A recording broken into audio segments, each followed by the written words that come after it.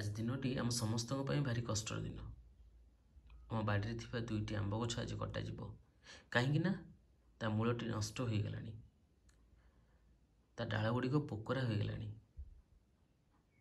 विगत 4 वर्ष हेब यार डाल गुड़िक नष्ट होबार लगी, किंतु आमे केबे हेले भी ए गछ को काटिबा कथा चिंता करूना। जिते बेले भी काटिबा कथा भावुछु समस्त ब्रेक कर आम गछटी काटवानी, जेहेतु आमर बहुत पुराना गछ पाखापाखि 100 वर्ष ऊर्ध हुए गछटी।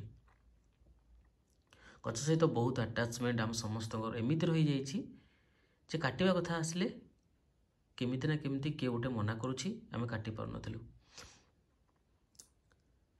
महाबात्या फनी फाइलिन सबू देखिछे गछ, किंतु केबे भी तार कोनोसी डाल आम घर ऊपर पड़िनी कि आम घर कोनोसी क्षति करेनी। आम से गछर 2 पार्श्वर आमर घर रही, किंतु कौन समय रे भी